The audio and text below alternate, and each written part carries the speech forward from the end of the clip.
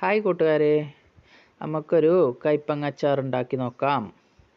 കുറച്ച് കയ്പങ്ങ എടുത്ത് ചെറുതായിട്ട് അരിഞ്ഞ് അതിലേക്ക് ഉപ്പും അല്പം വിനാഗിരിയും കൂടി ഒഴിച്ച് നല്ലപോലെ ഇളക്കി കൊടുക്കുക. എന്നിട്ടൊരു അരമണിക്കൂർ നേരം അവിടെ റെസ്റ്റ് ചെയ്യാൻ വെക്കുക.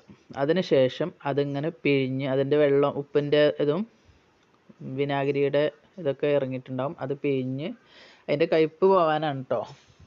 എന്നിട്ട് ഇച്ചിരി എണ്ണ ഒഴിച്ച് അതിനകത്ത് വറുത്ത് കോരി എടുക്കുക. വറുത്ത് കോരി എടുത്തതിന് ശേഷം ആ എണ്ണ കയ്പ്പുള്ള എണ്ണയാവും. അപ്പം അതുകൊണ്ട് ആ എണ്ണ ഒഴിവാക്കിയിട്ട്, ആ ഒഴിവാക്കാൻ കണ്ട് കുറച്ച് എണ്ണ ഒഴിച്ചാൽ മതിയേ.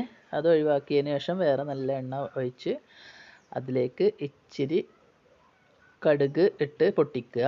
അതിന് ശേഷം അതിലേക്ക് വെളുത്തുള്ളി, ഇഞ്ചി, പച്ചമുളക്, കറിവേപ്പില ഇട്ട് നല്ലപോലെ വഴറ്റുക.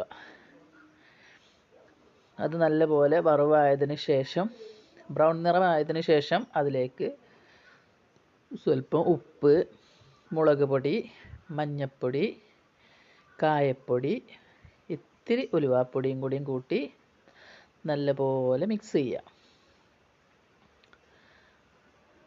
ആ പൊടികളുടെ പച്ചനിറം പോകുന്നത് വരെ ഇളക്കിക്കൊണ്ടിരിക്കുക. അതിനുശേഷം 2 സ്പൂണ് വിനാഗിരി ഒഴിക്കുക. എന്നിട്ട് നല്ലപോലെ ഇളക്കി സെറ്റായി വന്നതിന് ശേഷം